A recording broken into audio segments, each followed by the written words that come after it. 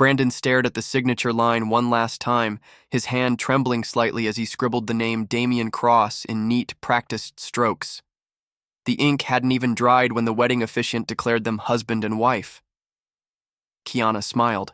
Beside him, radiant and breathtaking in her designer gown, while his heart twisted behind the carefully constructed lie.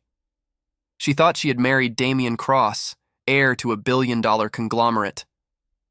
In reality, she had just signed a lifelong commitment to Brandon Carter, a man who delivered packages during the day and played piano at a rundown lounge by night.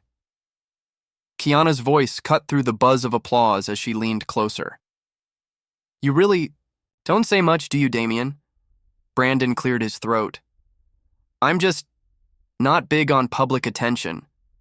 She nodded, satisfied, her diamond earrings catching the light.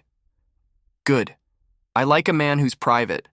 Too many men in this city try too hard to be seen, but not you." Brandon smiled faintly, the guilt already pooling in his chest.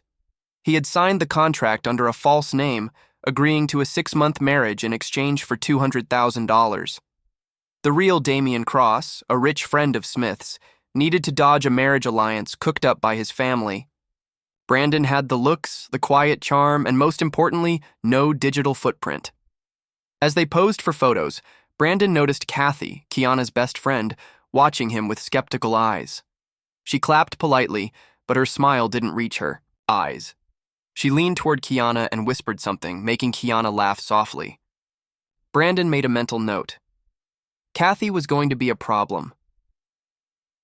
Later that night, in their lavish penthouse suite that reeked of excess, Kiana flopped onto the couch with a tired sigh, tossing her heels across the room. "You really went all out for this wedding," Brandon said, unsure what else to say in the silence. "I had to. This was never about love. It's about appearance," Kiana said matter-of-factly. She poured herself a glass of wine and didn't offer him one. "You may be rich, Damian, but you're not immune to public scrutiny. We both gain something here." Brandon nodded, the contract's clause ringing in his head. Maintain appearances, avoid emotional entanglements, no questions asked. That night, while Kiana slept in the master bedroom alone, Brandon sat on the balcony staring at the city lights. Smith had warned him, "Keep it clean, 6 months, no funny business. The girl's cold, and she's not looking for a fairy tale. She just wants to keep up appearances till her trust fund clears." But watching her today, seeing the brief flicker of vulnerability behind her confidence, Brandon wasn't so sure. He could tell she was hiding something too. The next morning, over breakfast, Kiana scrolled through her phone while Brandon awkwardly stirred his black coffee. "My father called," she said flatly. "He's happy. That's rare." Brandon smiled politely. "Glad I could help with that." She glanced at him over her mug. "Let's get one thing straight. I don't care what you do with your time. Go sleep with someone else if you want. Just don't get caught." He raised an eyebrow. "And you?" "I don't have time for love or distractions." She stood up and tossed her napkin on the table. "Just play your role. That's all I need." After she left, Brandon exhaled, the weight of the situation pressing harder on his chest. He had lied about everything. His name, his background, his wealth, and yet somehow he still felt like the one being used.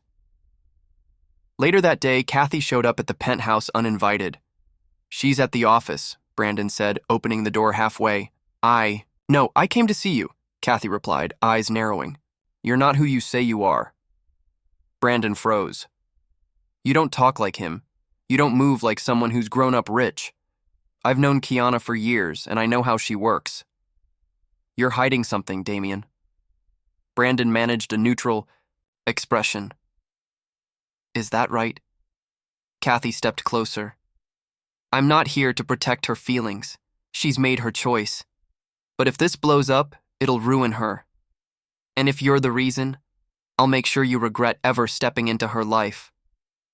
She turned and walked away, leaving Brandon staring at the door, heart pounding. He hadn't even unpacked his bags, and already the lies were catching up with him.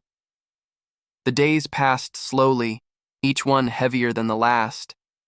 Brandon played his part, attending, charity galas, letting paparazzi snap his photo beside Kiana, wearing suits that cost more than his entire monthly paycheck used to be. He smiled when expected, stood silent when necessary, and nodded politely through boardroom conversations. He barely understood. Every second in Damian Cross's shoes felt like wearing someone else's skin. Kiana was flawless in public. She knew how to walk, talk, and smile like the perfect wife of a billionaire. But behind closed doors, she was distant, almost robotic. There were no real conversations, no moments of softness. She slept with her phone under her pillow and always locked the office in their penthouse. The trust was non-existent. And yet, Brandon couldn't stop noticing the way her hands trembled when she thought no one was looking. Or how she sometimes sat on the balcony at 3 a.m., staring into the city as if waiting for something or someone. One night, Brandon found her there, barefoot and wrapped in a silk robe, cigarette lit between her fingers. It was the first time he'd seen her cry. "You all right?" he asked, cautious. She didn't turn. "You ever regret signing something you can't undo?" Brandon leaned on the balcony beside her. "Every day." She laughed bitterly, smoke curling around her. "I married a stranger with a perfect name and empty eyes. That's what I wanted, right? A rich, silent partner who wouldn't ask questions." He looked at her, really looked. "Then why do I get the feeling you expected more?" She flicked ash off the side and glanced at him. "Because deep down, I'm still that stupid little girl who thought love could fix everything. And now I know it just complicates things." For a moment, Brandon saw her walls crack. Not fall, but shift. Enough to make him wonder what had broken her so badly. The next morning, Brandon woke up to noise in the kitchen, something rare, since Kiana barely touched food. He walked in to find her cooking eggs, hair tied up, wearing one of his hoodies. Like she belonged in it. "Didn't peg you for the breakfast type," he said. She shrugged. "I had a dream about my mom. She used to make eggs every Sunday. Thought I'd try to remember what that felt like." He sat at the counter, watching her. "What happened to her?" "She left," Kiana said flatly. "Took a suitcase and disappeared. My dad told me she couldn't handle this life, that she was weak, but I think she was just tired of pretending." Brandon didn't speak. What could he say? He was pretending too. Later that afternoon, Smith called. Brandon stepped out to the parking garage to answer. "You've got a problem," Smith said immediately. "Kathy's been digging." "I know. She came by the other day." Smith sighed. "I don't like this, man. You were supposed to stay low.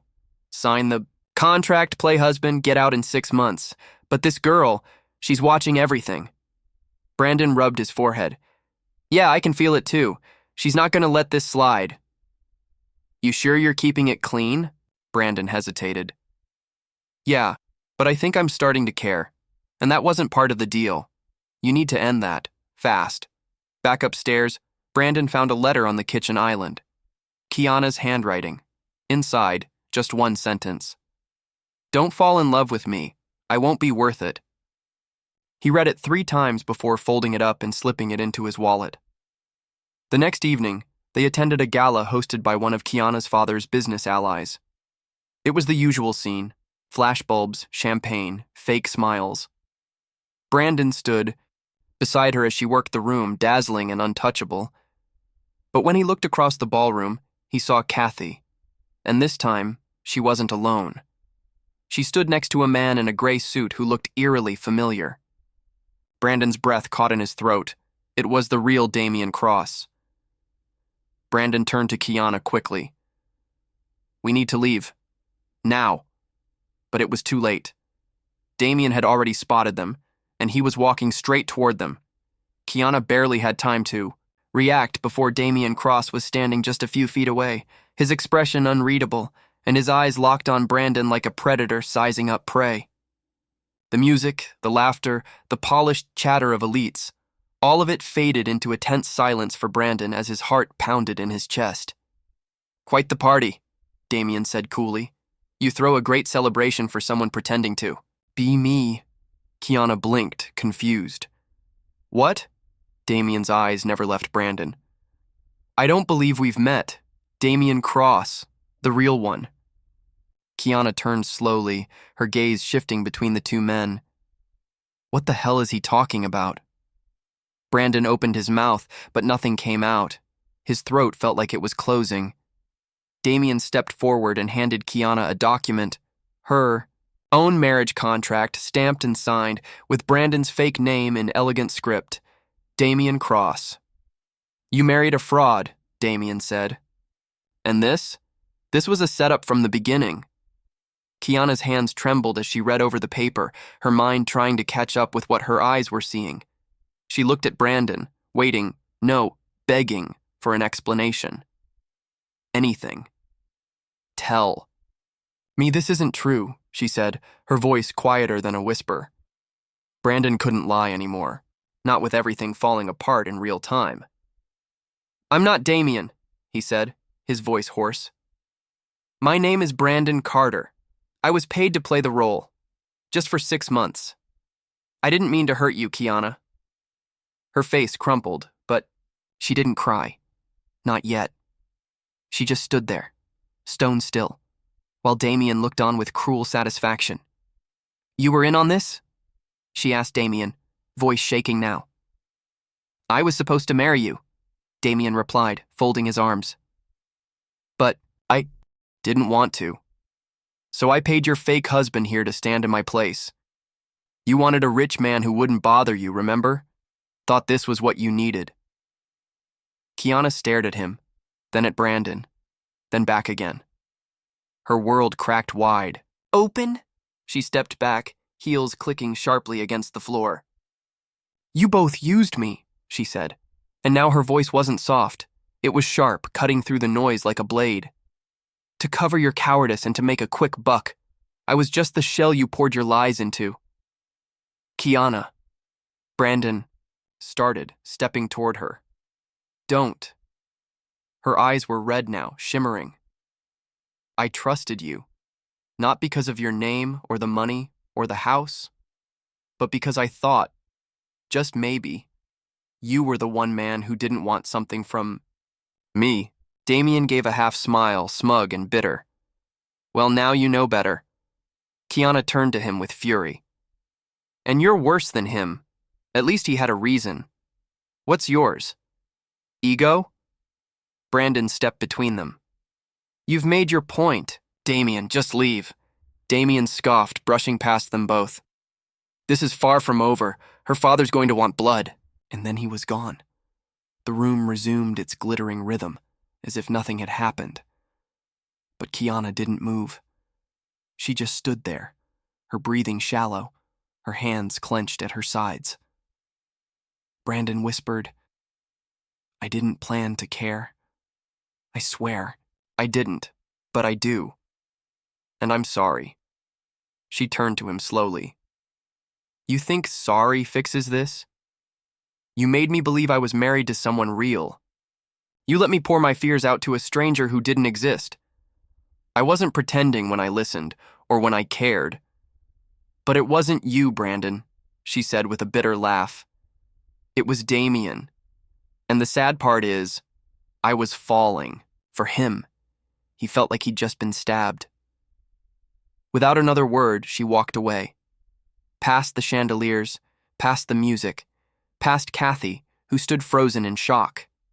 Brandon stood there alone, watching the only woman he'd ever loved walk out of his life. Knowing this time, it wasn't part of the contract, it was real, and he had ruined it. 2 days passed. The penthouse was silent, no clacking heels, no late-night balcony whispers, no distant hum of Kiana's voice behind closed doors.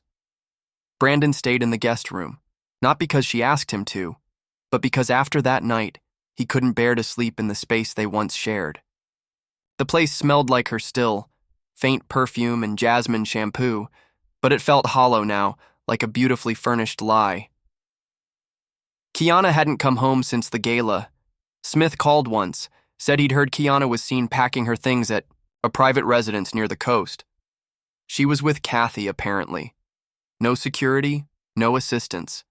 Just 2 women and a silence that screamed louder than anything. Brandon didn't try to chase her. What was he going to say? That he loved her? That it hadn't all been fake, even if the beginning had been soaked in deception? He didn't even know if she'd believe him anymore. Then one morning, while pouring himself a cup of stale coffee, the door opened. Kiana walked in like she owned the place, because technically she did. Sunglasses on, suitcase behind her, expression unreadable. Brandon stood frozen. She set the suitcase down, removed her glasses slowly, and stared at him. "I'm not here to talk," he swallowed.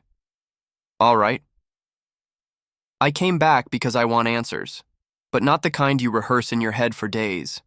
I want the truth, the ugly version, the one people don't say out loud."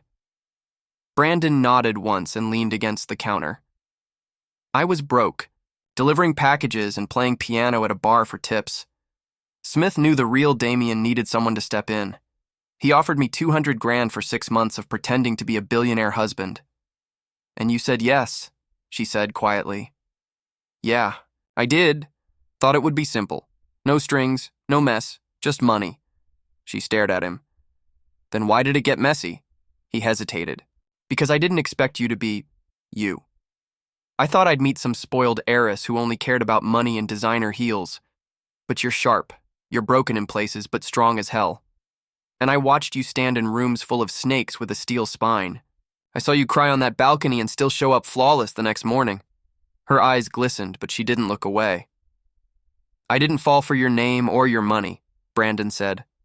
"I fell for the girl who makes eggs when she dreams, about her mom. The girl who leaves notes like warnings instead of confessions. The girl who didn't ask for love, but still made me want to give it." Silence stretched between them. "And if I said I hated you?" she asked, voice low. "I'd say I deserve that. And if I told you I never wanted to see you again, I'd walk out that door and never look back." Her lip trembled just slightly. "But what if I said I wanted to believe you? That some part of me still does?" Brandon stepped closer. "Then I'd drop everything. The money, the contract, the fake name. I'd strip it all down and just be Brandon Carter, the broke idiot who never planned to fall in love." Tears slipped silently down her cheeks, but she didn't wipe them away. She walked over to him, slowly, like she was testing whether the ground would hold. When she stopped inches away, her voice came out as a whisper. "I'm angry. I don't know if I forgive you, but I miss you, and I hate that." He reached for her hand. "Then let's start from that. Not love, not trust, just honesty. This time for real." She didn't answer, but she didn't pull away either. Instead, she leaned her forehead against his chest, and for a long time, neither of them said anything. It wasn't a fix. It wasn't even forgiveness. But it was real. And for Brandon, that was more than he ever thought he'd get. The next weeks passed like walking barefoot over glass. Careful, slow, painful. Brandon and Kiana moved around each other like two people learning to speak the same language after a lifetime of silence. She no longer iced him out completely, but there was distance. Always that unspoken tension humming under the surface, like a string pulled too tight. Some mornings she'd make coffee for two, but place his cup down without a word. Other days she'd stay locked in her office, ignoring his knocks. Still, she hadn't left again. And that, Brandon took as a start. They spoke more now, small things. He'd ask about her day, and she'd offer a sentence or two. She'd ask if he needed anything from the grocery store, and he'd try not to read too much into it. But every conversation felt like walking on landmines. One wrong word, and she could shut down again. One night, as Brandon strummed an old melody on the piano, something soft, melancholic, Kiana came out of her room and stood behind him. He felt her there, but didn't stop playing. "That song," she said softly. "My mom used to hum that when she brushed my hair." Brandon kept playing, slower now. "I didn't know. I wrote it last year. It just came to me." Kiana sat down beside him, close enough that their shoulders brushed. "You always this good at making things feel like home?" "Not really," he said. "But I know what it's like to need one." She looked at him for a long second. I still don't know what parts of you were real. Brandon stopped playing and turned to her. The name was fake. The background, the money. Yeah. But the way I looked at you, the way I listened, the way I worried when you stayed out late, the way I wanted to hold you even when I knew I shouldn't, that was all me. She looked down, fingers tracing the edge of a piano key. You know what scares me the most? Not that you lied, but that I liked you more than I ever liked Damien, and you were supposed to be the lie. Brandon swallowed. What does that mean for us? I don't know yet, she said honestly, but I'm not ready to hate you anymore, and maybe that's the first step. Their eyes met, and this time, she didn't pull away. Later that week, a letter came. It was from Kiana's father. She read it in silence, standing by the window, her expression unreadable. Then she handed it to Brandon without a word. It was short, cold. I don't care if your fraud wore a suit or a smile. You embarrassed this family. You chose poorly, and now you deal with the fallout. Don't expect support. You wanted independence. Live in it. Brandon read it twice, then lowered the letter. He's cutting you off? She nodded. Every cent, every connection. My accounts are frozen. He said I shamed the Cross legacy by choosing a fake over a future. Brandon felt a rush of anger. You didn't choose wrong. He just didn't see the real value. I did choose wrong, she said quietly, eyes fixed outside. But not because of who you are, because I was chasing something that was never real. I wanted a man who wouldn't challenge me, someone who'd let me keep control of everything. But I needed someone who'd fight beside me, not disappear. Behind a name, Brandon stepped beside her. Then let's fight now, together. Kiana turned slowly. You mean that? I don't have money. I don't have a last name that opens doors. But I'll give you everything I've got. No lies, just me. A small, genuine smile tugged at her lips. Then we're broke, outcasted, and totally on our own. Brandon smiled back.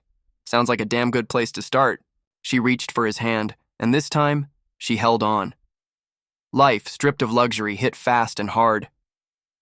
3 weeks after her father's ultimatum, Kiana's accounts were closed, her name removed from board meetings, and the penthouse lease, previously paid for a year in advance, was suddenly reevaluated. One polite email later, and they had 30 days to vacate. Kiana packed her clothes without flinching. No drama, no tears. Just quiet movements, as if every silk blouse and leather bag going into a box was a piece of her past she had already made peace with. Brandon offered to sell the Rolex he'd kept from the wedding photo shoot. She didn't protest. They moved into a one-bedroom apartment in the edge of West End. No concierge, no valet. Just cracked walls, creaky floors, and the humming noise of the streetlights outside. But it was real. It was theirs. The first night there, Brandon cooked a sad excuse for dinner, overcooked spaghetti with too much garlic, and Kiana ate every bite. She even smiled. I never thought I'd be here, she murmured after dinner, curled up on a second-hand couch. No money, no title, just me. Brandon sat beside her, a hand lightly resting on her leg. You're more you now than I've ever seen you, Kiana sighed. It's terrifying, he nodded. Yeah, but it's beautiful too. And it was. In the weeks that followed, Brandon picked up 2 part-time gigs, delivering groceries and teaching piano to kids on the weekends. Kiana, surprisingly, found work as a project consultant for a small nonprofit that didn't care about last names. She learned how to budget. She learned how to cook. She even learned how to use a laundromat. Sometimes, she broke down, usually late at night, quietly, under the blanket while pretending to sleep. Brandon always knew. He didn't speak, didn't ask. He just pulled her closer and let her fall apart in silence. One evening, Kathy showed up outside their door. No makeup, no heels, Just jeans, sneakers, and a look in her eyes that wasn't judgment. It was regret.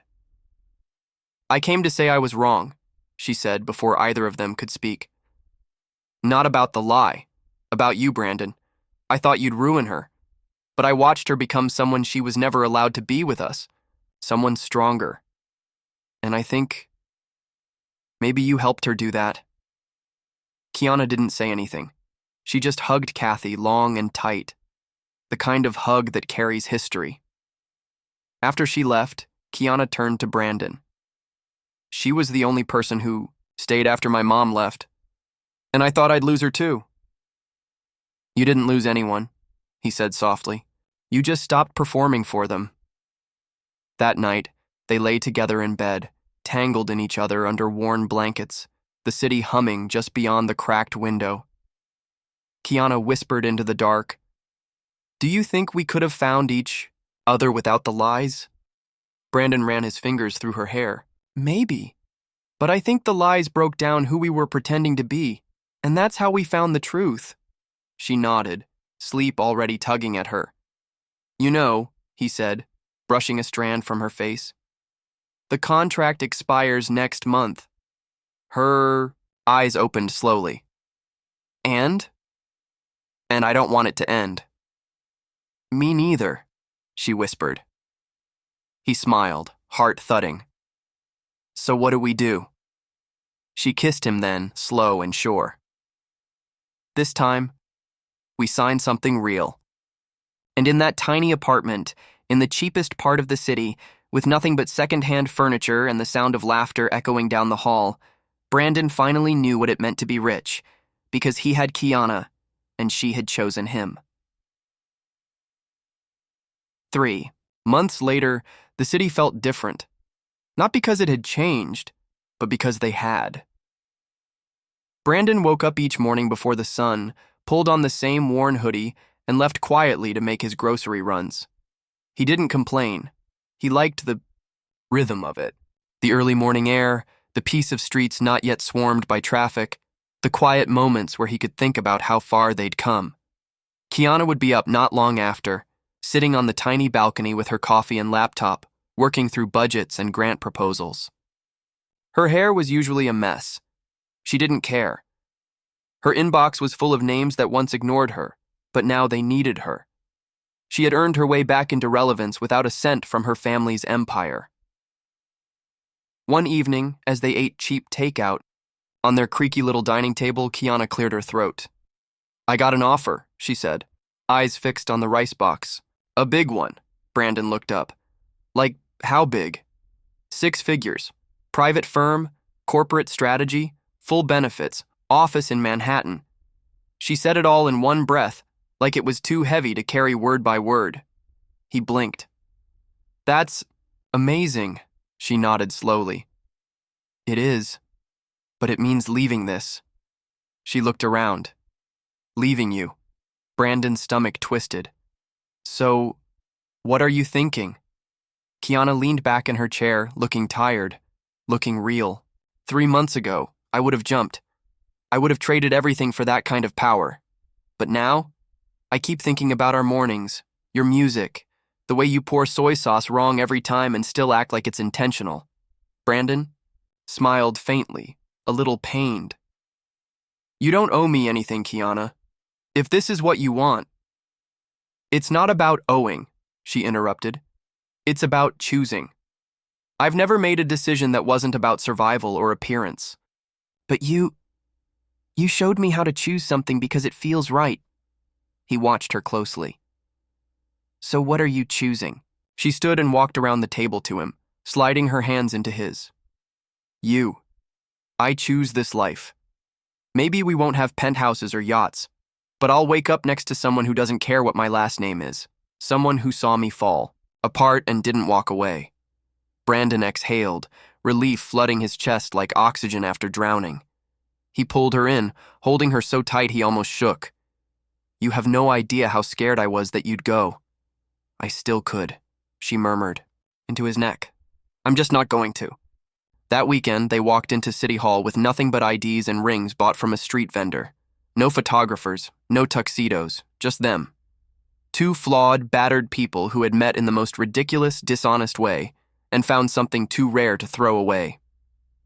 Brandon signed his name first. This time, the real one. Kiana watched him, then smiled and signed hers. Outside, under a gray sky, they kissed like the city had gone quiet for just a minute. Like every noise had paused for their moment. They weren't rich. They weren't famous. But they were free, and for the first time in both their lives, that was more than enough. A year passed. They didn't become millionaires. There were no viral success stories, no TV interviews, no surprise inheritances. But they had built something solid, brick by fragile brick. Brandon's piano students tripled. Word of mouth spread fast. Parents who once sneered at his beat-up eye. Shoes now asked for waiting lists. He even saved enough to rent a tiny studio space downtown. It wasn't glamorous, but it had a real sign out front. Carter Piano Lessons. He hung it himself. Kiana flourished in her own quiet rebellion. She took the nonprofit from barely funded to small but mighty. She no longer walked into rooms with a name. They listened to her ideas instead. People started noticing. Her not because she was someone's daughter, but because she was Kiana James and she made things happen. She still got calls from firms offering more money, more prestige, but she didn't answer them anymore. One night, as they sat together on their small, beat-up couch, Kiana pulled out a box. "What's that?" Brandon asked. "Old photos," she said, sitting cross-legged beside him. "From the wedding, the fake one," he smirked. "Oh man, that performance." She chuckled, flipping through the glossy images. "You looked like you wanted to throw up in every single picture." "I was trying not to.